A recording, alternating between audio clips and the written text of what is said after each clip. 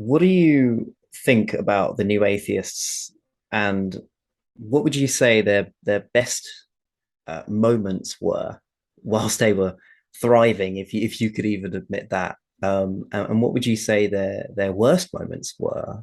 Yeah, it's an interesting question. Right. So I've written a little bit about New Atheism in the Atheism, the Basics book, um, about the extent to which they're rather similar to characters earlier in history. Um, so the New Atheists have several different features. One thing is that they're atheists, but another thing is that they're quite anti-religion. Right? And another thing is that they're very willing to antagonize people by expressing their opinions forcefully. And so, I mean, if you go back a couple of hundred years and think about somebody like Tom Paine, and the third thing is, apart from being anti-religion, they're definitely very strongly anti-Christian. Think about someone like Tom Paine. He's a deist, but put that to one side, he's at least as virulently anti-Christian as the New Atheists, and anti-religion as well.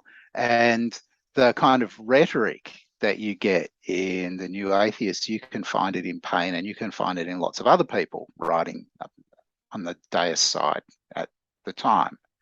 So in that respect, their kind of achievement is to bring that stuff, which, like Paine in his day, was very widely read. The Age of Reason was a big seller, right? They managed to shift millions of books, right? And that writing about sort of attacking Christianity, attacking religion, attacking theism. And that hadn't happened for a long time, right? So you can see that as a kind of achievement, I think. Right? That's kind of the Yeah. kind of tick for them. On the other side, people criticize them because, I mean, especially people who know a little bit about philosophy, because lots of the arguments are not particularly philosophical.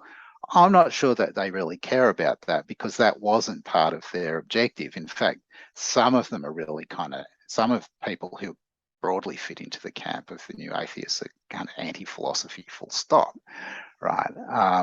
So where things get tricky is where, on the one hand, they're kind of not interested in the philosophy, but on the other hand, they start trading in philosophical arguments, and by the lights of philosophers, and in particular by the lights of philosophical theists, don't do it very well.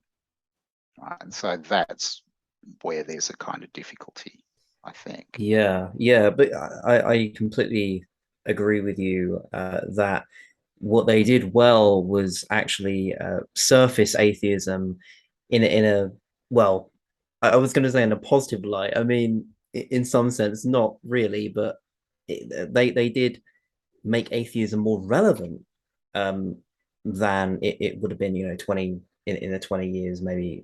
Russell, for example, as we know, was really respected and still is. And I suppose they serve that purpose of resurfacing atheism and putting it forward more strongly. Let's just put it that way, much more strongly than other proponents. I mean, since Nietzsche, maybe. I mean, yeah, perhaps since Nietzsche. So, Yeah. so maybe they had a bigger reach. And I should have mentioned one other kind of negative, which is that many of them are strongly connected to, I don't know, what will we call it, Islamophobia, and a kind of reactionary conservative politics, which, if you don't like those things, is a very big minus, right? So that's another part of what kind of got bound up in the New Atheist package.